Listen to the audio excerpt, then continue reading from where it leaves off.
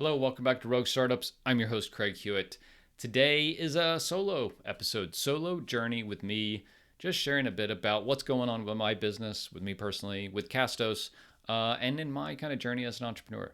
So I hope you've enjoyed the last few episodes where we've done interviews with kind of what I think are subject matter experts in their fields. We have another kind of handful of those coming up, and to be honest, there's been a bit of a lull in the release of the podcast here because I have 4 or 5 of those interviews lined up, but I really enjoy doing these solo episodes. At the same time, they're pretty challenging from a logistical perspective to figure out how I'm going to record this. What am I going to talk about? How am I going to stare into this camera and talk into this microphone for 15 minutes and it be helpful and interesting to you? So thanks for bearing with me as I take this bit of a creative journey with you. And I'm sorry that I haven't been on the mic or on YouTube here recently, but a lot's been going on, and I wanted to share that with you today. So, first of all, I think the headline news is like business is good. Castos has been growing, team is really solid and really cohesive. If I think about kind of covering the core functionalities of the business, product development, support, and success, all kind of totally covered. Team's amazing there. I really am kind of marketing manager.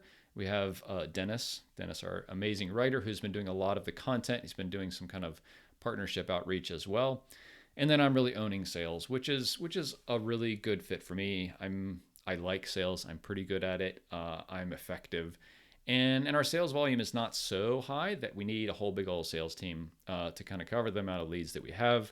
And unfortunately, we've not really found a way to proactively go get a bunch of new leads. So that's another story for another time. But from a company perspective, I like to think that we have kind of the core functions covered at this point. And it really kind of brings me to the topic of today. And I wrote a blog post about this a couple of weeks ago, but it's taken me some time even since then to really kind of process how I'm feeling about this. I've talked about like the teenage years of SaaS. And the blog post I wrote was like managing certainty versus uncertainty. And I think that's how I'm feeling here in the teenage years of the SaaS product is, if you're early on, that like shit is breaking all the time and you have no marketing, you have no go to market, you have no kind of concept of product market fit.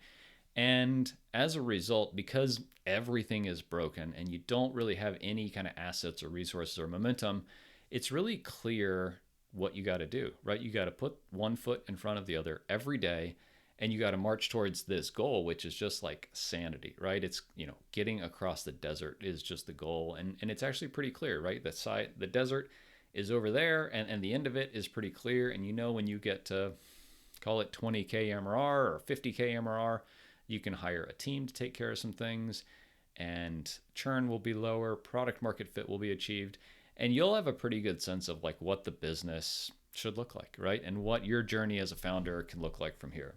So we fortunately kind of crossed that point a while ago, and then we went into like the adolescent phase of maybe, which is we raised some money, we joined Tiny Seed, we raised money after Tiny Seed as well, had a bigger team. We're trying to do a whole lot. And so that was kind of like the growth phase for us as we achieved product market fit. We had a really stable, pretty stable product. It's gotten a lot better recently.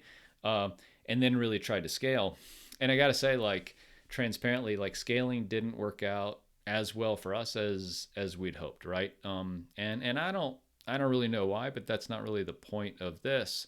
The point is our focus was really clear then, right? It was just go, like run into this brick wall as many times as we possibly can until we run out of money, right? And we did that. We did that for a while. And that was in a lot of ways like really clear because the goal every day when I get up is just like marketing, sales, go, growth, not profitability or sustainability, but just growth. Everything was about growth all day, every day.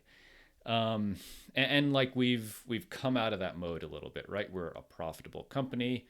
Unfortunately, to do that, we did have to like downsize our team a little bit, and that's just really hard, right? To say like, hey, we took this shot, we were on this path, we didn't quite get there, and we got to kind of lower our trajectory a little bit to get to somewhere that's sustainable. But I mean, I'll tell you, I heard this in the Tropical MBA interview with Greg Crabtree. He said like you've exited the kind of dream phase of business, which was the zero interest rate environment, and now you're in the punch your competitor in the face and steal their customers kind of phase. And I think that's true, right? Like we, going back a few years, we were in this totally kind of utopian business state, right? Aside from COVID, but zero interest rates, everything was to the up and right. There was venture capital everywhere. People didn't care if they were profitable because they could go borrow or raise money for almost free. And now, like, that's just not the case, right? I think inflation, interest rates are relatively stable, but it's kind of hard for business right now. And so the emphasis is much more on sustainability and profitability. And that's just kind of where we are, right? We're in this kind of post product market fit, post growth phase where I don't want to say the foot is off the gas a little bit, but we don't have these major burning, holy shit kind of problems anymore. And I got to say, as a founder, it's really unsettling.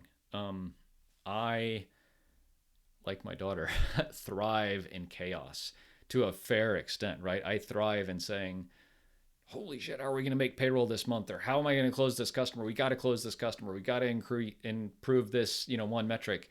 And I don't say any of those things now, right? I say like, cool, business is pretty good. We got money in the bank. It's getting bigger every month. The team is solid. Sure, would I love to have another few people on the team to take some of these things off my plate? Yep. But honestly, life is pretty good right now. And it's just an interesting place to be from a psychological perspective. Certainly is the first time I felt like this as a founder, and I've had a lot of guilt around it.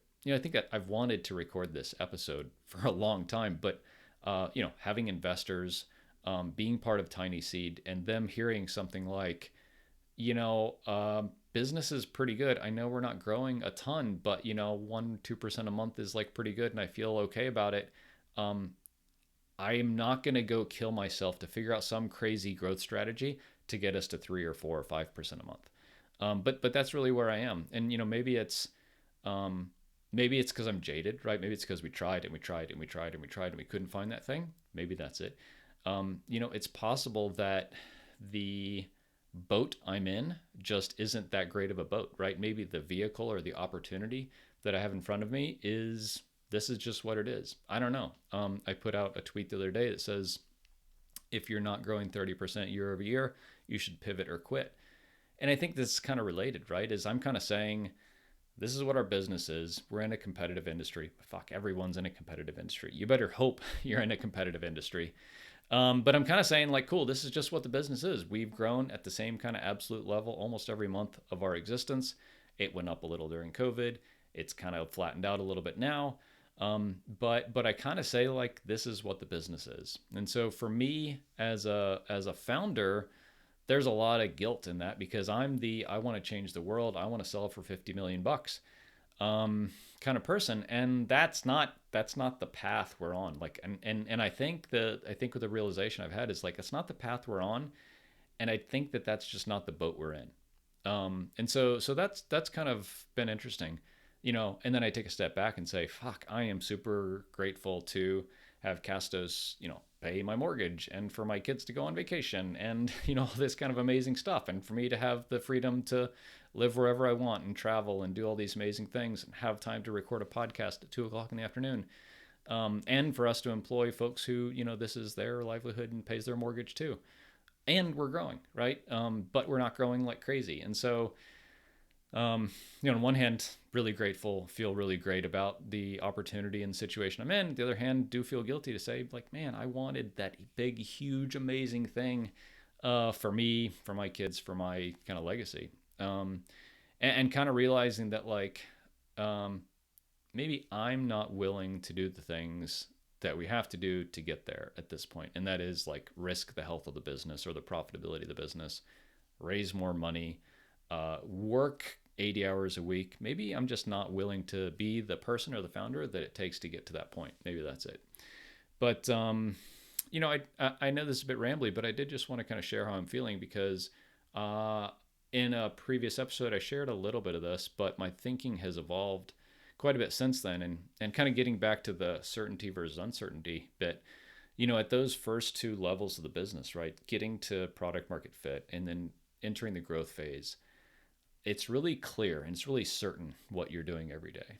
And then you get into this teenage phase, I like to say, where things are just going along, and things are a little more uncertain.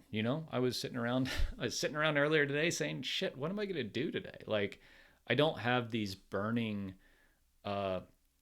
challenges or projects that I have to do, and it's reliant on me, and I got to get this out the door, or else I'm gonna have pissed off customers, or churn is gonna go up, or something like that. And to have a little bit of idle time, a little bit of free mental space, is that weird certainty, right? Or that weird uncertainty that I think we're just not accustomed to a lot of times. And again, like, I really thrive on the shit and just things being in chaos, because then it's really clear, like, we have to fix this one problem and everything else doesn't matter. Now that most of the problems are fixed, aside from astronomical growth, and I'm kind of saying, like, I just don't know that we can achieve astronomical growth, then it's a cool opportunity and place to be in, to say, the uncertainty here, I just got to be okay with. So I'll just share, kind of last thing is, this applies to the team as well, right? The team kind of sees that, hey, things are pretty good. Like, we're not growing as much, but things are pretty good. And so actually one of the biggest challenges I've had is, like, how do I relay to the team, the things that we maybe take for granted, but we do every day and are super important, are still super important to maintain the health and the growth of the business. But we're just not going to go do all these million other things. Like, we're not going to go develop a whole new product. We're not going to go pursue a giant new marketing channel. We're going to keep doing the things that we want to do. And we're going to keep putting one foot in front of the other on the path that we know, like, has gotten us here and probably will get us to that next step.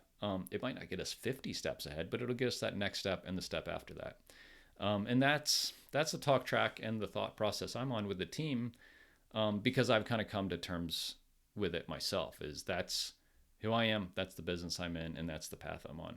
So I hope this is helpful. I hope this wasn't too rambly, but I do really enjoy getting these solo episodes in and sharing just, how I'm feeling, what's going on with the business, where I am in my journey. Because if you've listened to this podcast for a while, or you've watched on YouTube for a while, you know that things look really different now than they did, 8 years ago when I started. So I hope this is helpful. Promise to be back very soon with more episodes. Have some amazing interviews with really, really talented sales, marketing, growth folks. And I can't wait to share those with you. If you are on YouTube, if you could please like, subscribe, smash the bell, do all those good things, sends YouTube amazing signals. If you're listening to your podcasting app, give it a thumbs up, give it a like, rating, review, all that good stuff. If I can do anything to help you, please head over to craighewitt.me. I am doing some kind of one-on-one growth coaching these days. So if that's interesting to you, you're looking for some help, or just a kind of person to bounce some ideas off of, offering free kind of growth consultations there. Would love to chat and would love to dive into how we can help you grow your business. Until next time.